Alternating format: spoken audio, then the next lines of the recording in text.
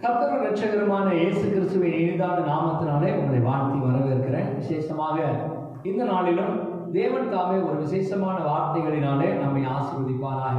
தேவன் தந்த ஒரு வாக்குத்தத்தமான ஒரு வசனத்தை இன்றைக்கு நாம் வாசிக்க போகிறோம். ரூத்தினுடைய சரித்திரம் 2ஆம் அதிகாரம் 12வது வசனத்தை நாம் வாசிக்க கேட்போம். ரூத் 2:12. உன் செய்கைக்கு தக்க பலனை கர்த்தர் உனக்கு கட்டளையிடுவாராக. இஸ்ரவேலின் தேவனாகிய கர்த்தருடைய செட்டைகளின் கீழ் அடைக்கலமாய் வந்த உனக்கு அவராலே நிறைவான பலன் கிடைப்பதாக என்றான். அல்லேலூயா. இஸ்ரவேலின் தேவனாகிய கர்த்தருடைய செட்டைகளின் நிழலிலே வந்த உனக்கு அவராலே நிறைவான பலன் கிடைப்பதாக. அல்லேலூயா. காலவேளையிலும் கூட தேவ சமூகத்தில் வந்திருக்கிற உங்கள் ஒவ்வொருவரையும் ஆண்டவராக இருக்கிற இயேசு கிறிஸ்துவின் நாமத்தினாலே இந்த வார்த்தைகளினாலே அவராலே உங்களுக்கு நிறைவான பலன் கிடைப்பதாக என்று வாழ்த்துகிறேன். அல்லேலூயா. சந்தோஷமா இருக்கிறவங்க ஒரு அல்லேலூயா சொல்லுங்க. கர்த்தராலே நமக்கு நிறைவான பலன் கிடைக்கும் என்று இந்த வேதவசனம் சொல்லுகிறது.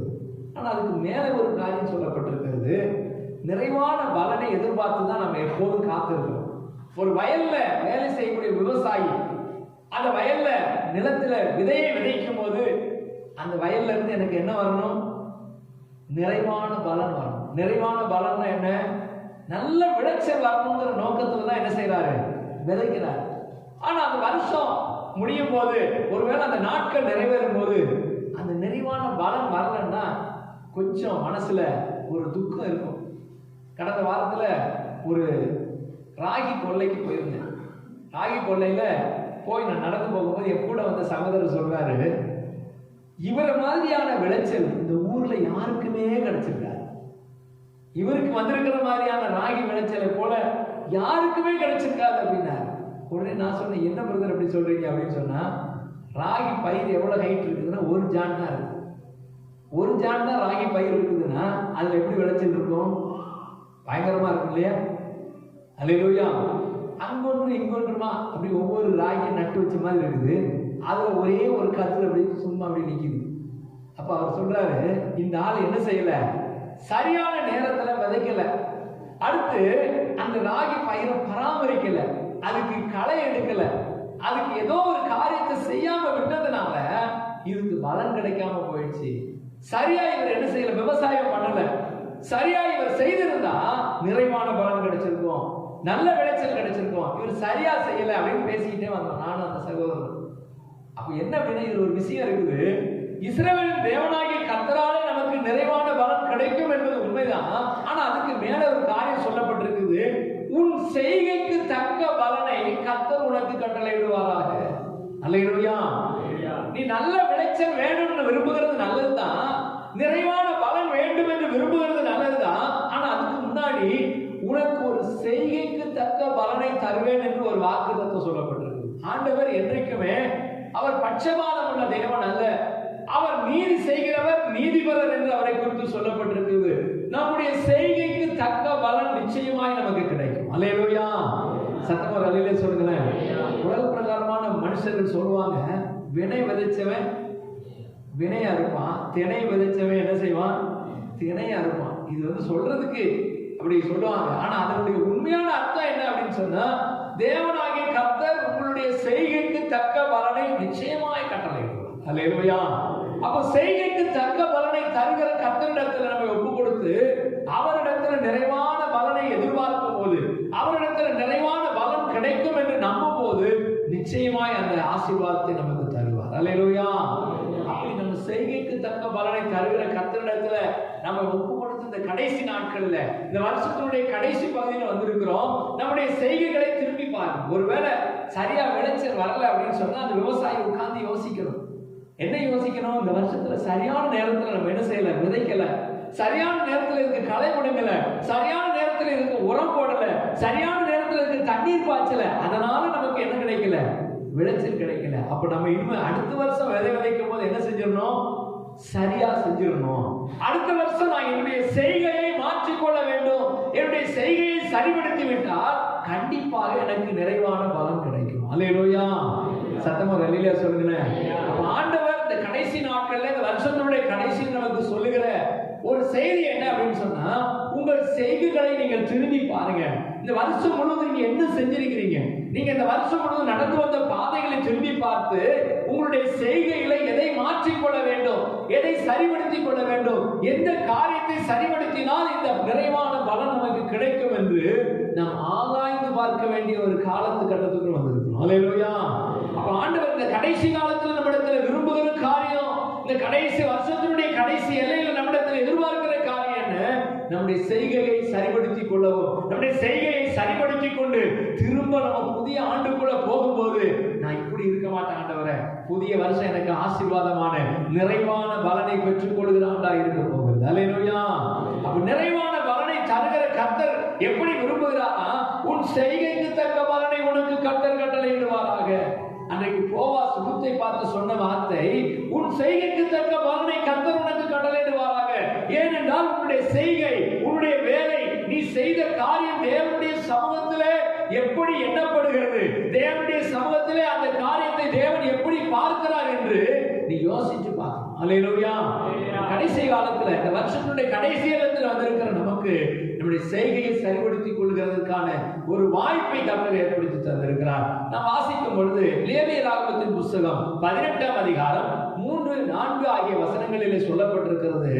லேவியராகமம் 18ஆம் அதிகாரம் 3-4 வசனங்களிலே, நீங்கள் குடியிருந்த எகிப்து தேசத்தாருடைய செய்கையின்படி செய்யாமலும், நான் உங்களை அழைத்து போகிற கானான் தேசத்தாருடைய செய்கையின்படி செய்யாமலும், அவர்களுடைய முறைமைகளின்படி நடவாமலும், என்னுடைய நியாயங்களின்படி செய்து என்னுடைய கட்டளைகளை கைக்கொண்டு நடவுங்கள். நான் உங்கள் தேவனாகிய கர்த்தர். அல்லேலூயா. இங்க நாம் வாசிக்கிறோம், ஆண்டவர் ஒரு கட்டளை கொடுக்கிறார். தம்முடைய ஜனங்களை பார்த்து சொல்கிறார், நீங்கள் புறப்பட்டு வந்த எகிப்து தேசத்தாருடைய செய்கையின்படி செய்யாதீங்க. நீங்க எங்க இருந்தீங்க? பாவத்தில் இருந்தீங்க. பாவ மனிதர்களோடு கூட வாழ்ந்திருந்தீங்க.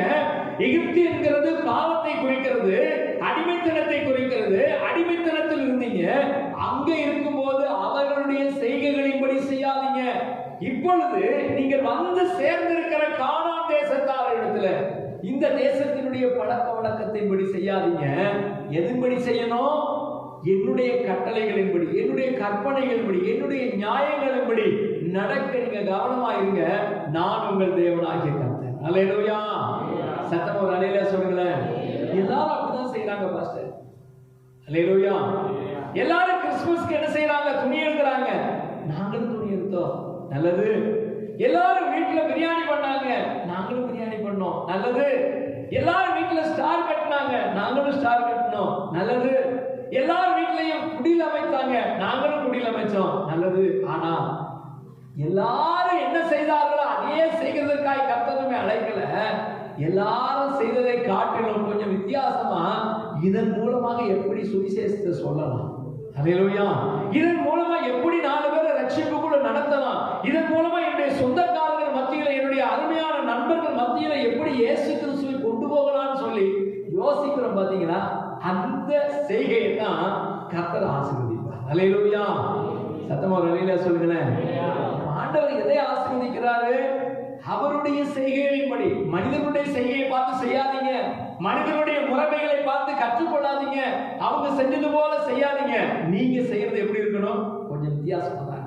அல்லேலூயா. அல்லேலூயா. எனக்கு ஒத்தாசை வரும் பர்வதம் நேரா என் கண்களை ஏறெடுப்பே. எனக்கு ஒத்தாசை வரும் பர்வதம் நேரா என் கண்களை ஏறெடுப்பே. வானமும் பூமியும் படைத்த நல்ல தேவனிடமிருந்தே, வானமும் பூமியும் படைத்த எண்ணுக்கணக்கான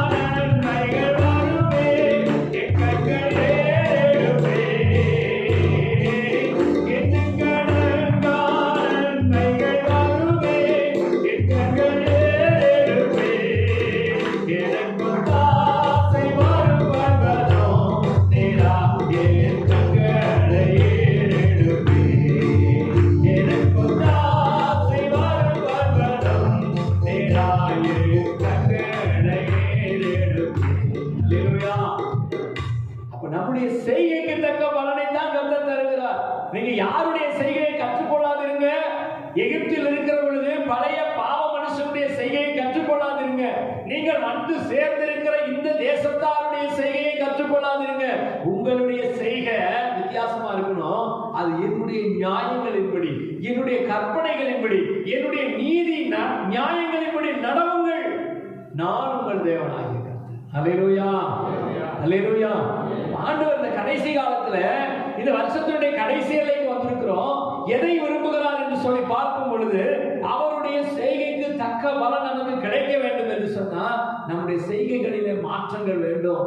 உலக மனிதனுடைய காரியம் எது இருக்குது என்னிடத்துல, நான் சரியா செஞ்சிருக்கிறேன்னா. சிலர் சொல்லுவாங்க, நான் அந்த ஊர்ல வந்த புதுசுல ராகி பயிர் நல்லா வளர்ந்துருக்கும். பாத்தீங்கன்னா ராகி விதைச்சி ஒரு 10 நாள் 15 நாள் ஆன உடனே பாத்தீங்கன்னா நல்லா வளர்ந்துருக்கும். வளர்ந்துருக்கிற ராகிக்குள்ள கொண்டு வந்து ஏர் மாடை விட்டு ஏதோ ஒரு அது என்ன குண்டை ஓட்டுறதா, ஒரு கலப்பை மாதிரி இருக்கும். அதை விட்டு எல்லாம் என்ன செய்வாங்க, கிளறுவாங்க. நான் நினைப்பேன், ஐயோ என்னையா இது, நல்லா வளர்ந்துருக்கிற ராகி பயிருக்குள்ள போய் என்ன செய்யற நீ, ஏர் மாடை விட்டு இப்படி கலப்பை விட்டு ஓட்டுறீங்க அப்படின்னு சொன்னா, சார் இதுதான் சார் இந்த ஊர்ல பழக்கம். என்ன பழக்கம்? அந்த மாதிரி இந்த குண்டு ஓட்டலைன்னா என்ன பண்ணிடும், ராகி பயிர் என்ன செய்யாது, பலன் தராது. ஏங்க பலன் தராது? எல்லா பயிரும் என்ன செஞ்சிடும், அப்படியே சின்ன சின்னதா வளரும். ஆனா நாங்க குண்டு ஓட்டிட்டோம்னா சென்ட்ரல் இருக்கக்கூடிய பயிர் மட்டும்தான், அந்த கலப்பையில சிக்காம இருக்கு பாத்தீங்களா, அந்த பயிர் மட்டும் நல்லா வளர்ந்து நிறைய ராகி வரும் சார். அல்லேலூயா. நான் யோசிச்சேன், என்னையா இது வித்தியாசமா இருக்குது, நல்லா வளர்ந்துருக்கிறதுக்குள்ள கொண்டு போய் கலப்பை ஓட்டு ஓட்டுறீங்களே. அல்லேலூயா. இதுதான் கரெக்ட். நான் என்ன நினைச்சேன்னா, இந்த பயிரும் பக்கத்துல இருக்கிற பயிரும் சேர்ந்தா நிறைய ராகி வருமே, வராது. ஏன் அப்படின்னு சொன்னா, பக்கத்திலேயே இது இருந்துச்சுன்னா அதுக்கு என்ன கிடைக்காது, சத்து கிடைக்காது, அதுக்கு சாரம் கிடைக்காது. அதனால அது அப்படியே சின்னதாவே இருந்து கடைசி வரைக்கும் பலனற்று போகும். அப்ப இங்க ஒரு செய்கை இருக்குது, இங்க ஒரு பழக்கம் இருக்குது. இந்த பழக்கத்தை படி செய்யாம விட்டுட்டோம்னா, இந்த பழக்கத்தை மாற்றிக்கொள்ளாமல் விட்டு விட்டோம்னா அது நமக்கு பலன் தராது. அதே போல நம்முடைய வாழ்க்கையில தேவன் வைத்திருக்கக்கூடிய நியமங்களை, தேவன் வைத்திருக்கக்கூடிய நீதி நியாயங்களை நடப்பிக்காம விட்டுட்டு வருஷம் முடியும் போது ஆண்டவர் என்ன ஆசீர்வதிக்கலையேன்னு கேட்டா, ஆண்டவர் சொல்றாரு, நீ உன்னுடைய செய்கைகளை என்ன செய்யல, சரிபடுத்தி கொள்ளல. நீ இந்த ஊர்ல இருக்கக்கூடிய மற்றவங்களை பார்த்து உன்னுடைய செய்கையும் செய்தாய். மற்றவங்க இப்படிதான் நடக்கிறாங்க, மற்றவங்க இப்படிதானே போறாங்க, மற்றவங்க இப்படிதானே பேசுறாங்க, வேலை செய்யற இடத்துல இப்படிதானே பேசுறாங்க, அதே போலதான் செய்யணும் அப்படின்னு நினைக்கிறீங்க. ஆனா வேதம் என்ன சொல்லுது, அவர்களுடைய செய்கைகளின்படி செய்யாமலும். அல்லேலூயா. நம்ம யாரை பார்த்து கத்துக்கணும், நம்முடைய வாழ்க்கை யாரை பார்த்து கற்றுக்கொள்ளணும், கர்த்தரை பார்த்து கற்றுக்கொள்ளணும். அல்லேலூயா. கர்த்தராகிய இயேசு கிறிஸ்து இந்த பூமியில மனுஷனாய் வந்து நமக்காக மனிதனாய் வாழ்ந்து காட்டினார். எப்படி வாழ்ந்தார்? அவர் பூமியில வாழும்போது அவர் பரிசுத்தமாய் வாழ்ந்தார், நீதியாய் வாழ்ந்தார், உண்மையாய் வாழ்ந்தார். அவர் ஜெபத்தோடு கூட வாழ்ந்தார், தேவனோடு கூட ஐக்கியமா இருந்தார். இதே போல நீங்களும் நானும் இருக்கணுங்கிறதுக்காக வாழ்ந்து காண்பித்தார். அதே தான் நம்ம செய்யணும். அல்லேலூயா. ஒருவேளை அதில் சில இடர்பாடுகள் வரலாம், சில தடைகள் வரலாம், முயற்சி செய்யும், வாழ முயற்சி செய்யும். அல்லேலூயா. அப்படி நாம வாழ்ந்தா என்ன நடக்கும்? சங்கீதங்களின் புஸ்தகம் 132 சங்கீதம் 12 வசனத்திலே வாசிக்கும் போது, அவருடைய கற்பனைகளின்படி, அவருடைய நீதி நியாயங்களின்படி செய்தால் என்ன கிடைக்குமா? உன் குமாரர் என் உடன்படிக்கையையும் நான் போதிக்கும் என் சாட்சிகளையும் காத்து நடந்தால் அவர்கள் குமாரரும் என்றென்றைக்கு உன் சிங்காசனத்தில் வீற்றிருப்பார்கள் என்றும் கர்த்தர் தாவீதுக்கு உண்மையாய் ஆணையிட்டார். தாவீதுக்கு உண்மையாய் ஆணையிட்டார், அவர் தவற மாட்டார். அல்லேலூயா. சத்தமா அல்லேலூயா சொல்லுங்களேன்.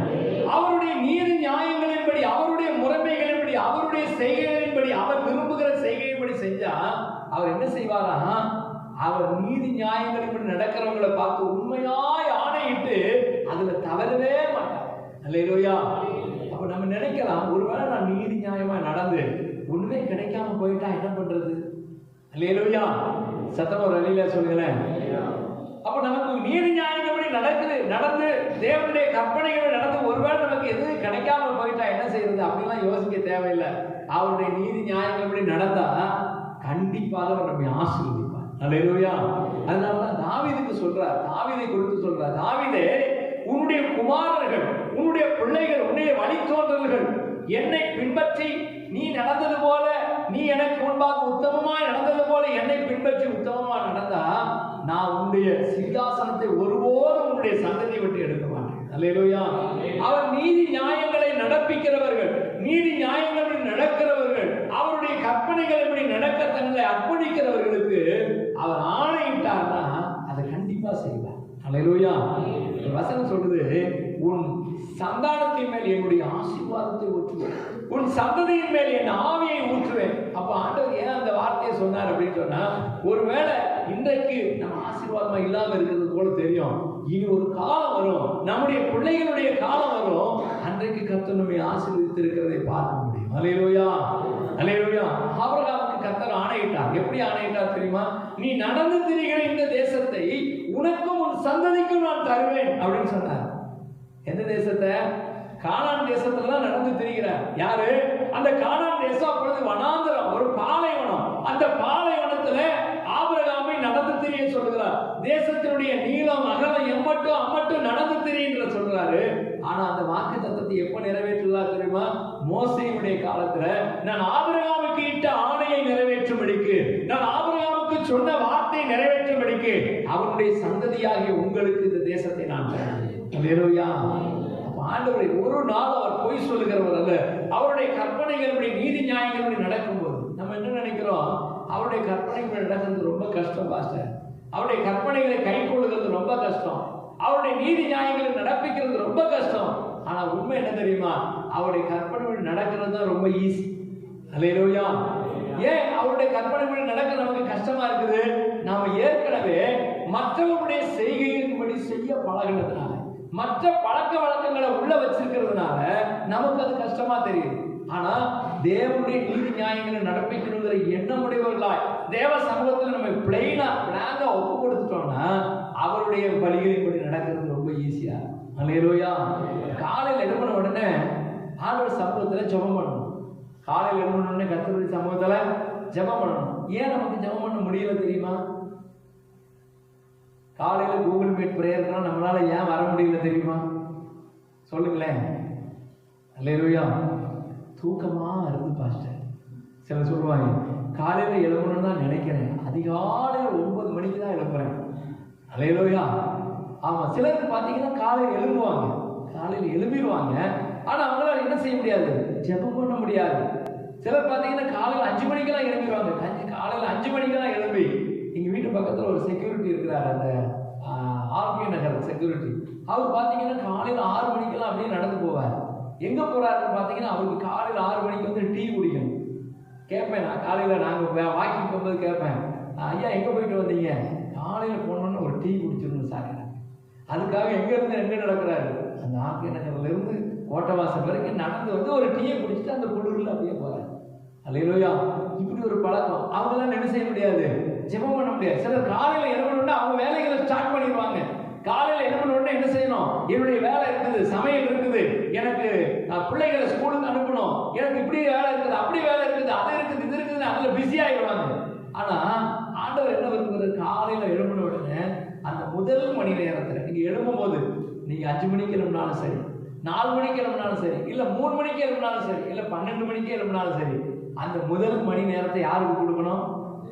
கர்த்தருடைய சமூகத்தில் கொடுக்கணும். அதுக்காக தான் நம்ம என்ன செய்யறோம்? இந்த கூகுள் மீட் பிரேயர்ல அப்படி ஆயிடும். நீங்க தனியா நீங்க கொடுக்க முடியாது, தனியா நீங்க என்ன செய்ய முடியாது, உட்கார்ந்து ஜெபிக்கிற பழக்கம் இருக்காது. அதனால இந்த 1 மணி நேரத்தை எப்படி ஆகிடும் தேவ சமூகத்தில் இவங்க உட்கார்ந்து பழகட்டும்ங்கிறதுக்காக தான் 6 மணில இருந்து 7 மணி வரைக்கும். வெளியில சொன்னாங்க கேட்கு, 6 மணிக்கு காலையில் அதிகாலை பிரேயரா பாஸ்டர் அப்படின்னு கேட்பாங்க. அதிகாலைங்கிறது எத்தனை மணி தெரியுமா? 3 மணில இருந்து 6 மணியோட முடிஞ்சு போச்சு. நம்ம அதுக்கு பின்னாடி தான் 1 மணி நேரம் வைக்கிறோம். அதுலயே நம்மளால வர முடியல அப்படின்னா நம்முடைய செய்கை என்ன அப்படின்னு சொன்னா, யாரோ ஒருவருடைய செய்கையை நாம் கற்றுக்கொண்டு இருக்கிறோம். உலக மனிதனுடைய பழக்க வழக்கத்தை கற்றிருக்கிறோம். எல்லாரும் காலையில எழுப்பின உடனே டீ குடிக்க போனா, அதே போல நானும் டீ கடைக்கு டீ குடிக்க போனேன். அதனாலதான் நம்மளால ஜெபிக்க முடியல. அல்லேலூயா.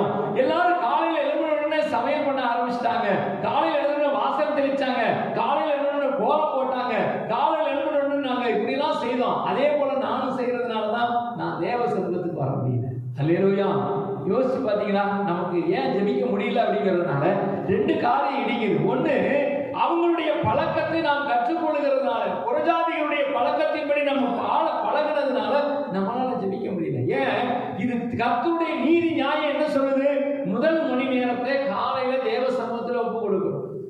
செய்ய முடியல. அல்லேலூயா. சத்தம் ஒரு அலையில சொல்லுங்களேன். கஷ்டமா இருக்குதோ இதை கேட்கும்போது சத்தம் ஒரு அலையில சொல்லுங்க. சத்தம் வராது, இதுக்கெல்லாம் சத்தம் வராது. ஏன் அப்படின்னு சொல்லி நம்முடைய குற்றத்தை உணர்த்துகிறாங்களே, அந்த குற்றத்தை சொல்லுகிறார்களே, இதெல்லாம் நமக்கு தேவை. ஏன்னா அந்த கடைசி காலத்துல தேவன் நம்மை ஆசீர்வதிக்க விரும்புகிறார். ஏன் தெரியுமா? கர்த்தராலே உங்களுக்கு நிறைவான பலன் வரப்போகிறது. புதிய வருஷத்துல புதிய ஆசீர்வாதத்தை நீங்கள் பெற்றுக்கொள்ள போறீங்க. அல்லேலூயா.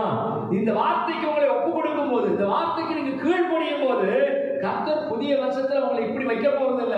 இன்னைக்கு இருக்கிற மாதிரி கர்த்தர் உங்களை வைக்க போறது இல்ல. புதிய வருஷத்துல நிறைவான பலன் உங்களுக்கு கிடைக்க போகுது. அல்லேலூயா. நீங்க கேட்கணும், ஆண்டவரே நிறைவான பலன்னா என்ன? நிறைவான பலன்னா எப்படி?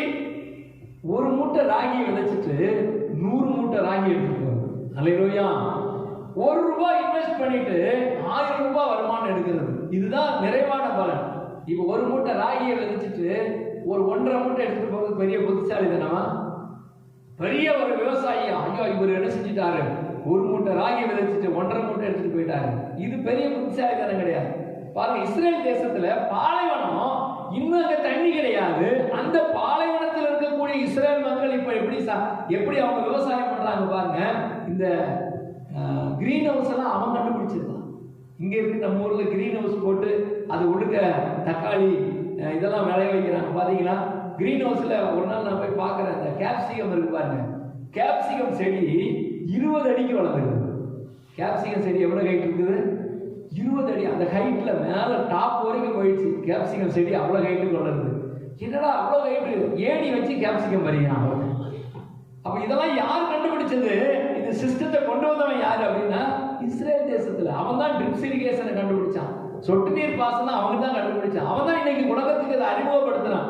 இஸ்ரேல் தேசத்துல இருக்கிறதா வாங்கி அவன் சொல்ற அந்த செய்கையை, அவனுடைய முறைமையை கற்றுக்கொண்டுதான் இங்க வந்து நம்ம ஆளுங்க என்ன செய்யறது, அதை செஞ்சு பார்க்கறாங்க. அவன் அளவுக்கு சக்சஸ் ஆகல. ஒரு திராட்சை பழத்தினுடைய ஒரு கொலை, கானான் தேசத்தினுடைய திராட்சை கொலைய, ஒரு கொத்து திராட்சை கொலைய 2 பேர் சேர்ந்து தூக்கிட்டு போனாங்க. அல்லேலூயா. ஒரு திராட்சை கொலை தூக்குறதுக்கு எத்தனை பேர் வேணும்? நம்ம ஊர்ல அந்த மாதிரி திராட்சை பழம் ஏதாவது இருக்கா? பார்த்துருக்கீங்களா? திராட்சை பழம் நம்ம கடையில அந்த ஒரு கொத்து அவன் எப்படி தூக்குவான்? இப்படி தூக்குவானா, இப்படி தூக்குவானா? இப்படி தூக்குனாலே வந்துருது. அதுதான் நம்ம ஊர் திராட்சை பழம். ஆனா இஸ்ரேல் தேசத்துல ஒரு திராட்சை கொலையை தூக்குறதுக்கு எத்தனை பேர் வேணும்? 2 பேர். சென்டர்ல ஒரு மரத்தை போட்டு ஒரு கட்டையை போட்டு தூக்கிட்டு போறான் தோல்ல வச்சு. அல்லேலூயா. இப்போ இருக்குது அது. அந்த கானான் தேசத்துல அந்த காலத்துல இல்லை, இப்போ இருக்குது. அவன் ஒரு கத்திரிக்காயை விளைய வைக்கிறான். ஒரு கத்திரிக்காய் 1.5 அடி நீளம் இருக்குது. அல்லேலூயா. ஒரு கத்திரிக்காய் நீளம் 1.5 அடி நீளம் இருக்குது. ஒரே ஒரு கத்திரிக்காய் 2 வீட்டுக்கு போகுது. அல்லேலூயா. இதெல்லாம் அவன் கண்டுபிடிக்கிறான். அவன் செய்கை, அவனுடைய சரியான செய்கை நிமித்தம் கர்த்தர் அவனுக்கு நிறைவான பலனை கொடுத்திருக்கிறாரு. இந்த வருஷத்துல அல்ல, புதிய வருஷம் பிறக்கும் போது நீங்களும் நிறைவான பலனை பெற்றுக்கொள்ள போகிறீங்க. அல்லேலூயா. சத்தமா கரங்களை தட்டி ஆண்டவரை மகிமைப்படுத்துவோமா? கர்த்தரையே துதிப்பே, காலமெல்லாம் துதிப்பே, கர்த்தரையே துதிப்பே, காலமெல்லாம் துதிப்பே, வல்லவர் நல்லவர் கிருபை உள்ளவர் என்றே பாடுவே, வல்லவர் நல்லவர் கிருபை உள்ளவர் என்றே பாடுவே, கர்த்தரையே துதிப்பே, காலமெல்லாம் துதிப்பே, கர்த்தரையே துதிப்பே, காலமெல்லாம் துதிப்பே. அல்லேலூயா. நிறைவான பலன் புதிய வருஷத்துல நமக்கு கிடைக்க போகிறது. ஒரு வசனத்தை வாசிப்போம். 1 சாமுவேலின் புத்தகம் 15ஆம் அதிகாரம் 29ஆம் வசனம். 1 சாமுவேல் 15:29 வாசிக்கும் போது, இஸ்ரவேலின் ஜெயபலமானவர் பொய் சொல்லுகிறதும் இல்லை, தாம் சொன்னதை பற்றி மனஸ்தாபப்படுகிறதும் இல்லை, மனமாற அவர் மனுஷன் அல்ல என்றான். அல்லேலூயா. ஆண்டவர் நம்மள ஒரு வாக்குத்தத்தம் சொல்லிட்டாருன்னா அவர் என்ன செய்ய மாட்டாரா? மனம் மாறவே மாட்டார். அல்லேலூயா. மனம் மாற அவர் மனுஷன் அல்ல அப்படின்னு சொல்லுவோம். அப்படின்னா என்ன அர்த்தம்? மனுஷன்லாம் மனம் மாறிடுவான். மனுஷன் என்ன செஞ்சிருவான்? மனம் மாறிடுவான். ஒருவேளை நான் இதை செய்வேன்னு சொல்லுவான், நான் இதை உனக்கு தருவேன்னு சொல்லுவான். ஆனா என்ன செய்ய மாட்டான்? தரமாட்டான், செய்ய மாட்டான்.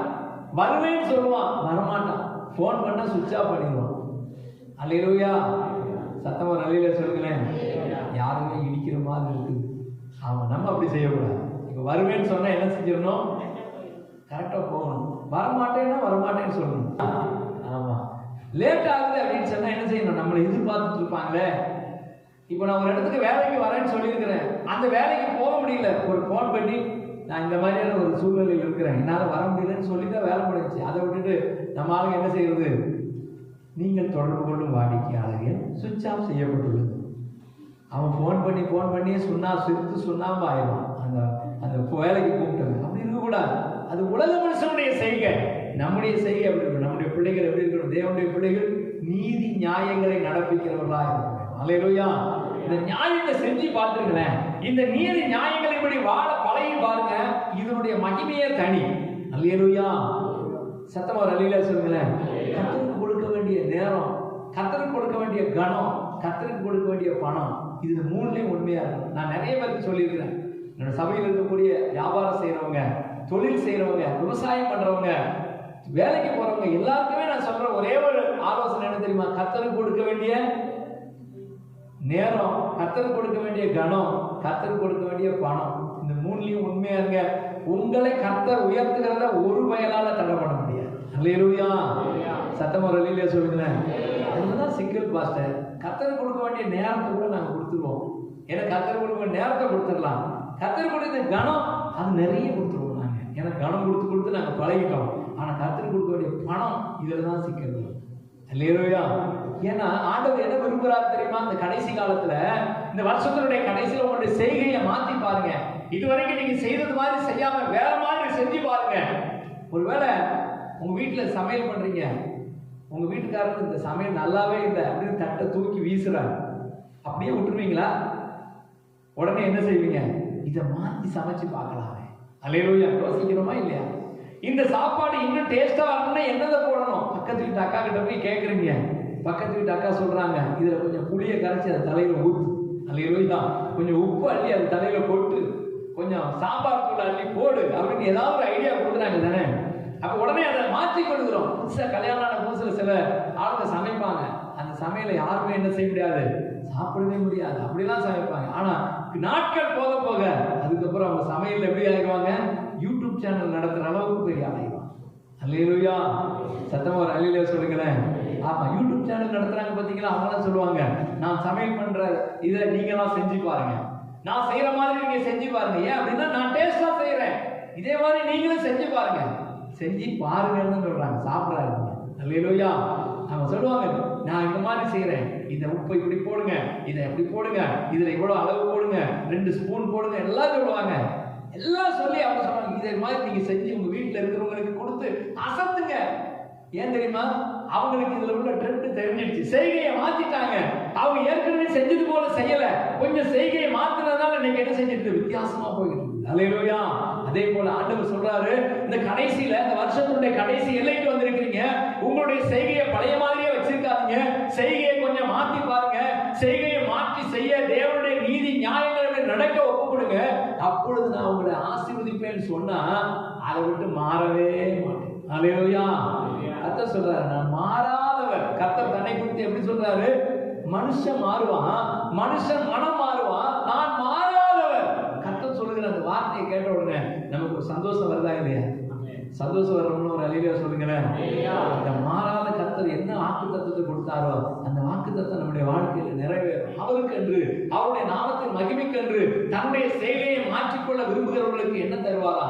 பாருங்க, ரோமருக்கு எழுதின நிருபம் 11ஆம் அதிகாரம் 29ஆம் வசனத்தில் சொல்லப்பட்டிருக்கிறது. ரோமர் 11:29. தேவனுடைய கிருபை வரங்களும் அவர்களை அழைத்த அழைப்பு மாறாதவைகளே. அல்லேலூயா.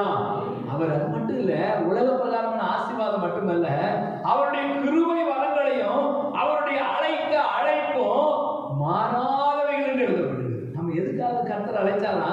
கிருபை வரங்களை தரும்படி, கிருபைகளை தரும்படி, நன்மைகளை தரும்படி, நம்ம மூலமா அநேகருக்கு ஆசீர்வாதத்தை தரும்படிக்கு கிருபை வரங்களை தந்திருக்கிறார். அந்த கிருபை வரங்களை குறித்து சங்கீதம் 68:18 சொல்லப்பட்டிருக்கிறது. அந்த கிருபை வரங்கள் எப்படி நமக்காக தந்தாரா? தேவரீர் உன்னதத்திற்கு ஏறி சிறைப்பட்டவர்களை சிறையாக்கி கொண்டு போனீர். தேவனாகிய கர்த்தர் மனுஷருக்குள் வாசம் பண்ணும் பொருட்டு துரோகிகளாகிய மனுஷர்களுக்காகவும் வரங்களை பெற்றுக் கொண்டீர். அல்லேலூயா. நல்லவங்களுக்காக அவர் பெற்றுக் கொள்ளல, துரோகிகளாகிய மனிதர்களுக்காக அவர் பிதாவினிடத்திலிருந்து வரங்களை பெற்று நமக்கு தந்திருக்கிறார். அல்லேலூயா. அப்ப ஆண்டவர் நம்ம ரொம்ப நல்லவங்களா இருக்கிறதுனால நல்லவங்களா நம்ம மாறிட்டோங்கிறதுக்காக ஆசீர்வதிக்கிறது இல்ல, நம்ம மாற பிரயாசப்படுறோம் பாருங்க, ட்ரை பண்றோம் பாருங்க. அல்லேலூயா. எங்க வீட்டுல கொஞ்சம் வருஷத்துக்கு முன்னாடி ஒரு நாய்க்குட்டி வளர்த்தோம். அந்த நாய்க்குட்டிக்கு பேரு டாமி. அந்த நாய்க்குட்டி எப்படி எடுத்துட்டு வந்தோம் அப்படின்னு சொல்லி பார்த்தீங்கன்னா, ஒரு தோட்டத்துக்கு நான் போயிருந்தேன். தோட்டத்துக்கு போகும்போது அங்கே நிறைய நாய்க்குட்டிகள் இருந்துச்சு. ஒரு நாய்க்குட்டி போட்டுருந்தது, நிறைய நாய்க்குட்டிகள் இருந்துச்சு. எங்களை பார்த்தோன்னே எல்லா நாய்க்குட்டியும் ஓடி போய் ஒழிஞ்சிக்கிச்சு அந்த புதருக்குள்ள. ஆனால் ஒரே ஒரு நாய்க்குட்டி மட்டும் அப்படியே வந்து பக்கத்தில் வந்து என்ன செய்யுது, வாழை ஆட்டிட்டு எங்கள் பக்கத்தில் வந்தது. வந்த உடனே சூப்பராக இருக்குது இந்த நாய்க்குட்டி அப்படின்னு நான் தூக்கிட்டு வந்தேன். எங்களுக்கு நாய் பிடிக்காது, இது வரைக்கும் நாங்கள் நாய் வளர்த்ததே இல்லை. எங்களுக்கு என்ன பாஸ்டமாவுக்கு எங்களுக்கெல்லாம் நாய் பிடிக்காத ஒரு காரியம். ஆனால் என்ன செஞ்சுட்டேன், அந்த ஆசையில் அது ரொம்ப வாழாட்டுது, என் பின்னாடியே வர ஆரம்பிச்சதுன்னு சொல்லி தூக்கிட்டு வந்தோம். வந்து அதை வளர்த்தோம், கொஞ்சம் நல்ல பெருசாக வளர்ந்தது. நம்ம தம்பிங்களுக்கெல்லாம் கூட தெரியும், அது எல்லாரும் கூடவே ரொம்ப ஃப்ரெண்டா.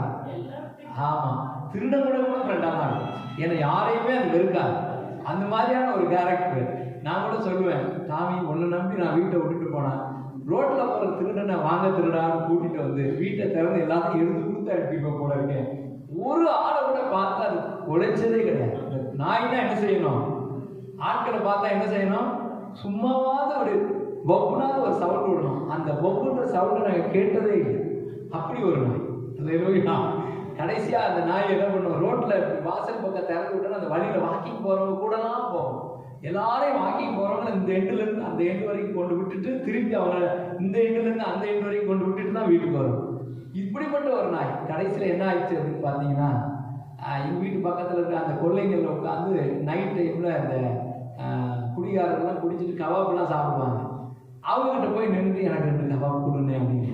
எங்களுக்கு அவமானமாக இருக்கும், என்னடா இது வீட்டில் இவ்வளோ சோறு போட்டாலும் இது போய் ஒரு துண்டு கபாப்பு போய் அவன்கிட்ட பிச்சை எடுக்க போகுது. அவன் என்ன நினைப்பான் அப்படின்னு நம்ம நினைச்சா, இதுக்கு கொஞ்சம் கூட மானம் அவமானம் ரோசம் எதுவுமே கிடையாது. ரோசம் கெட்ட நாய். அங்கே போய் நின்றுட்டு கபாப்பு கிடைக்கும். கடைசியில் எவனோ ஒருத்தன் இது ரொம்ப அப்படி ஃப்ரெண்ட்லியாக பழகுதுன்னு கூட்டிகிட்டே போயிட்டான். அல்லேலூயா. கடைசியில் நாய் காணாமல் போயிடுச்சு. அதோட நாங்கள் முடிவு பண்ணோம், இனிமே நமக்கு என்ன செய்யக்கூடாது, நாயே வளர்க்கக்கூடாது. அல்லேலூயா. அது என்ன செய்யுது, பின்னால் ஓடி வந்ததுனால இப்போ அந்த நாய்க்குட்டி அது பாட்டுக்கு ஓடி இருந்துச்சுன்னா நான் பிடிச்சிருக்கவே மாட்டேன். ஆனால் அது என்ன பண்ணுச்சு, என்னை பார்த்த உடனே ஓடி வந்ததுன்னா தூக்கணுங்கிற எண்ணம் வந்து பாருங்க. அதே போல ஆண்டவர் எப்படி விரும்புகிறார்னா, இந்த உலகத்துல நம்ம பரிசுத்தமா வாழ்ந்துட்டோங்கிறதுக்காக நம்மளை தூக்கல, பரிசுத்தமா வாழ முயற்சி பண்றோம் பாருங்க. அல்லேலூயா. நான் தேவனுடைய நீதி நியாயங்களை நடப்பிக்க விரும்புகிறேன் ஆண்டவரே, தேவனுடைய நீதி நியாயங்களை வாழ ஆசைப்படுகிறேன்னு விரும்பின உடனே ஆண்டவர் பார்க்கிறாரு, நீ நாய்க்குட்டி தான், எனக்கு பிடிக்காதது தான், ஆனா என்ன செய்யற, அவனை தூக்குகிறேன். அல்லேலூயா. ஆண்டவர் எப்படி நம்மளை தூக்குறாரா, அந்த கானானிய ஸ்திரீ சொல்றா இயேசு கிறிஸ்துவிடத்துல, தன்னுடைய குமாரத்தை கொடிய வேதனைப்படுகிறார் இயேசு கிறிஸ்துவிடத்துல வரும் பொழுது அந்த கானானிய ஸ்திரியை பார்த்து கர்த்தர் சொல்றாரு, பிள்ளைகளின் அப்பத்தை எடுத்து நாய்க்குட்டிகளுக்கு போடுகிறது நல்லதல்ல. உடனே அவ பதில் சொல்றா, ஆமா ஆண்டவரே, மெய்தான், நான் நாய் என்பது உண்மைதான், ஆனாலும் மேஜையின் கீழ் விழுகிற துணிக்கைகளை நாய்க்குட்டிகள் தின்னுமே. அல்லேலூயா. இம்ப்ரெஷன் ஆண்டவரை பார்த்த உடனே, ஆண்டவர் அதை கேட்ட உடனே பாருங்க, இஸ்ரவேலர்களுக்குள்ள இப்படிப்பட்ட விசுவாசம் இல்லையா, நீ பரிசுத்தமா வாழ முயற்சி பண்ணுகிறாய், நீதி நியாயங்களை நடக்க நீ ட்ரை பண்ற, அதனால உன்னை நான் தூக்குனேன். அல்லேலூயா. சத்தமா வெளியிலே சொல்லுங்களேன். அவர் மாறாத கர்த்தர் துரோகிகளாகிய நமக்காக பிதாவினிடத்திலிருந்து வரங்களை பெற்றுக் கொண்டார். அந்த வரங்கள் எதற்காக பயன்படுகிறது? ரோமருக்கு எழுதிய நிருபம் 1ஆம் அதிகாரம் 10வது வசனத்திலே வாசிக்கிறோம். ரோமர் 1:10. நீங்கள் ஸ்திரப்படுவதற்காக ஆவிக்குரிய சில வரங்களை உங்களுக்கு கொடுக்க படிக்கும். போதும். அல்லேலூயா. இங்க பாருங்க, இந்த வரங்களை எதுக்காக ஆண்டவர் வச்சிருக்கிறாங்க சபையில?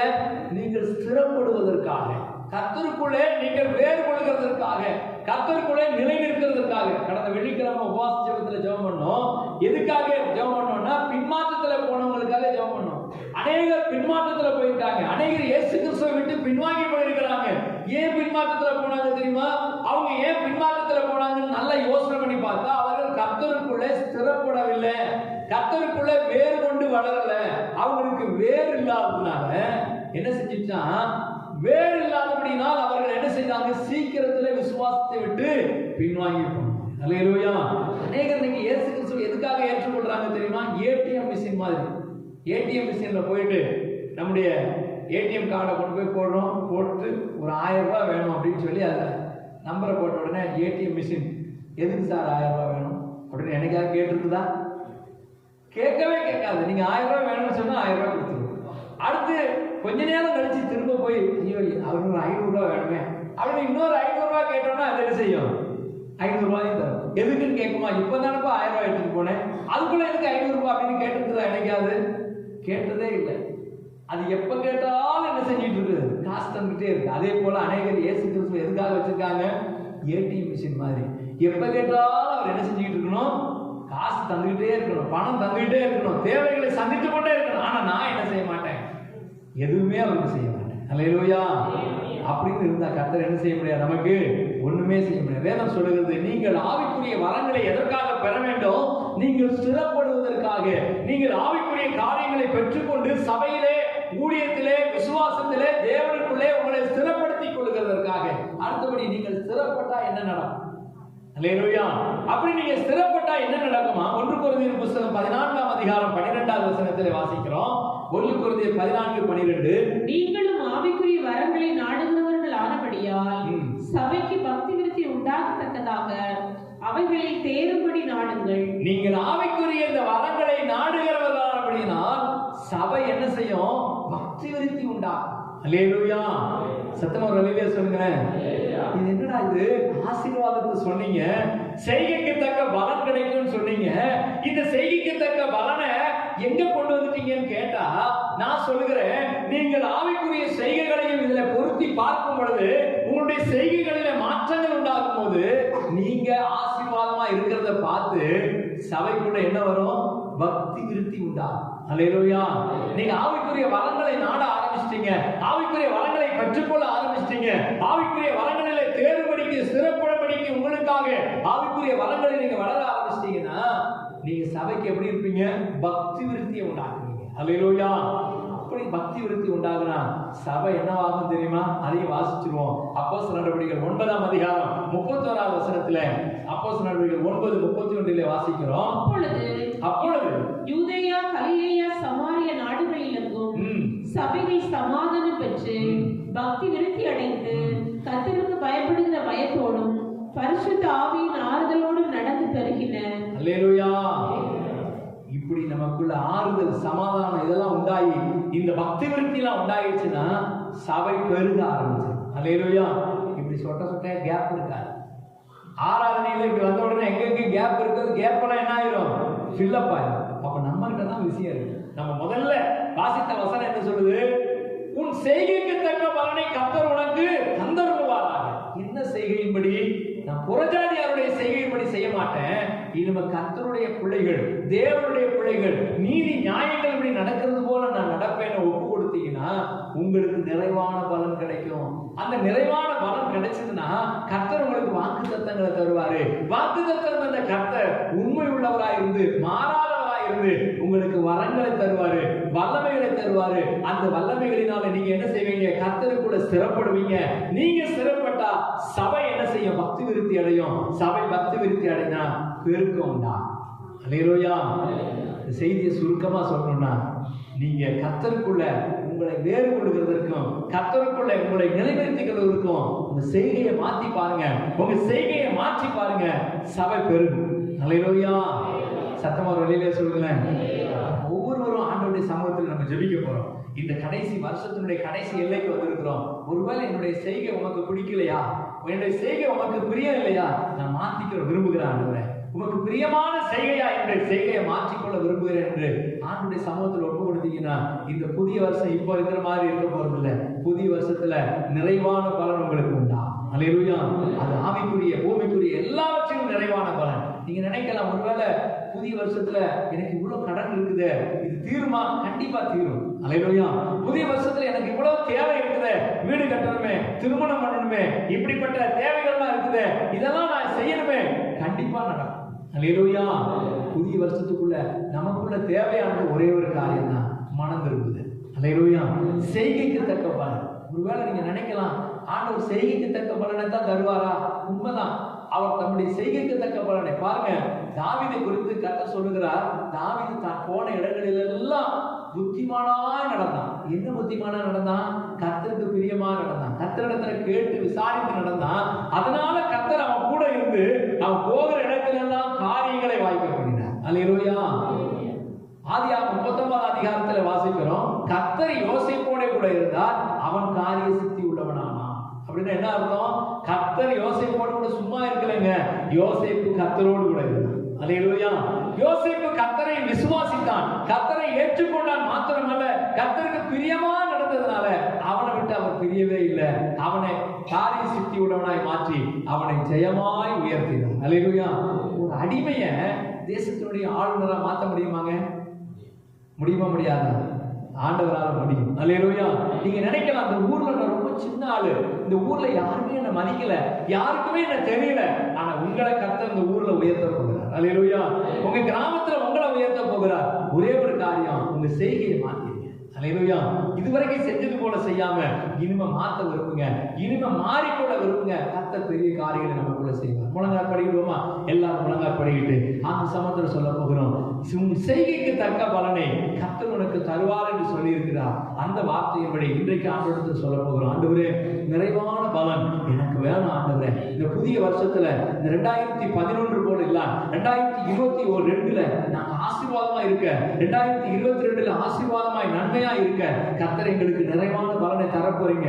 இந்த வருஷத்துல ஒருவேளை உங்களுக்கு வேலை கிடைக்காம இருந்திருக்கலாம், ஒருவேளை வருமானம் வராம இருந்திருக்கலாம், ஒருவேளை உங்க தேவைகள் சந்திக்கப்படாம இருந்திருக்கலாம், ஒருவேளை நீங்க ஆவிக்குரிய காரியத்துல வளராம இருந்திருக்கலாம், ஆவிக்குரிய வரங்கள் வல்லமைகளில் நீங்க பெருகாம இருந்திருக்கலாம், ஜெபிக்க முடியலன்னு இருந்திருக்கலாம். ஆனா புதிய வருஷம் இப்படி இருக்க போறது இல்ல. புதிய வருஷத்துல நிறைவான பலனை கர்த்தர் உங்களுக்கு தரப்போகிறார். இஸ்ரவேலின் தேவனாகிய கர்த்தரிடத்தில் அடைக்கலமாய் வந்த உங்களை கர்த்தர் நிறைவான பலனால் நிரப்புவாராக. இஸ்ரவேலின் தேவனாகிய கர்த்தரிடத்தில் வந்திருக்கிற நம்மை கர்த்தர் நிறைவான பலனால் நிரப்ப போகிறார். எல்லாரும் ஆண்டவருடைய சமூகத்தில் சொல்ல போகிறோம், ஆண்டவரே, இன்றைக்கு எங்களுடைய செய்கையை நாங்கள் மாற்ற போகிறோம். ஆண்டவரே, இதுவரைக்கும் நாங்கள் செய்தது போல அல்ல, இனிமே கர்த்தருக்காக எங்களுடைய நேரத்தை கொடுக்க போகிறோம், கர்த்தருக்காக எங்களுடைய ஆண்டவர் உழைப்பை கொடுக்க போகிறோம், எங்களுடைய பணத்தை கொடுக்க போகிறோம். நாங்க இன்னும் கர்த்தருக்கு வளர்ந்து பெருகத்தக்கதாக ஆவியானவர்களுக்கு உதவி செய்வீராக ஆண்டவரே. ஹல்லேலூயா. நமக்கு சோதரம் சோதரம் சோதரம் ஆண்டவரே. அப்பாவை துதிக்கிறோம் ஆண்டவரே. எல்லா சோதரம் பண்ணி இன்றைக்கு கர்த்தர் அவர்களுக்கு நிறைவான பலனால உங்களை நிரப்ப போகிறார். நிறைவான பலன் உங்க மேல வரப்போகிறது. நிறைவான பலனை கர்த்தர் உங்கள் மேல கட்டளையிட போகிறார். நீங்க விசுவாசிங்க. புதிய வருஷம் எனக்கு நிறைவான பலனின் வருஷமா இருக்க போகிறது. நிறைவான பலனை கர்த்தர் எனக்கு தரப்போகிறார். என் செய்கைக்கு தக்க பலன் எனக்கு உண்டு, என் செய்கைக்கு தக்க பலனை கர்த்தர் எனக்கு தரப்போகிறார் என்று விசுவாசித்து கர்த்தருக்கு நன்றி சொல்லுங்க. ஹல்லேலூயா. ஹல்லேலூயா. உமக்கு ஸ்தோத்திரம் ஆண்டவரே. அப்பா, உமக்கு ஸ்தோத்திரம். என்னை நிரப்போ என் இயேசு தெய்வமே, இன்றே நிரப்போ உந்தன் ஆவியால். என்னை நிரப்போ என் இயேசு தெய்வமே, இன்றே நிரப்போ உந்தன் ஆவியால். தேற்றரமான பரிசுத்த ஆவி தேற்றிட வாருமே, தேற்றரமான பரிசுத்த ஆவி தேற்றிட வாருமே. ஆற்றலை கொடுத்து அன்பால் நிரப்பும் ஆவியே வாருமே, ஆற்றலை கொடுத்து அன்பால் நிரப்பும் ஆவியே வாருமே.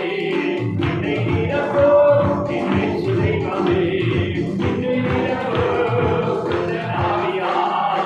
என்னை நிரப்போ உந்தன் ஆவியால். என்னை நிரப்போ உந்தன் ஆவி. நிறைவான பலன், நிறைவான பலன், நிறைவான பலன். இஸ்ரவேலின் தேவனாகிய கர்த்தர் ஒவ்வொருவர் மேலும் பொழிந்தருளும்படியாக ஆவிக்குரிய சுவைகளை சகல ஆசீர்வாதத்தினாலும் நிரப்பும்படியாக நிரப்புகிறோம் சொல்கிறோம். பரிசுத்த ஆவியானவரே, கிரீடத்தோடு கொடுக்கிறோம். தேவன் கரங்களோடு இருப்பதாக இயேசு கிறிஸ்துவின் உன்னதமான நாமத்தில் வேண்டுகிறோம் எங்கள் ஜீவனுள்ள நல்ல பிதாவே. ஆமென். அல்லேலூயா.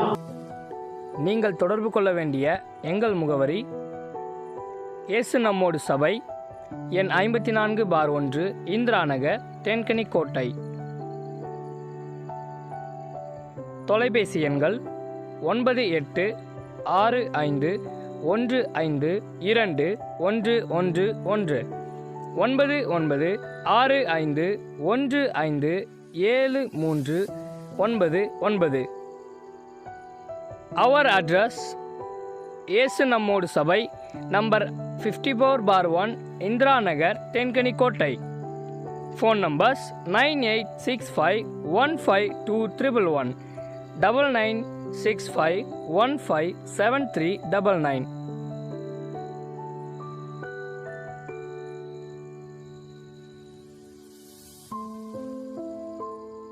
இயேசு கிறிஸ்து உங்களை ஆசீர்வதிப்பாராக. ஆமென்.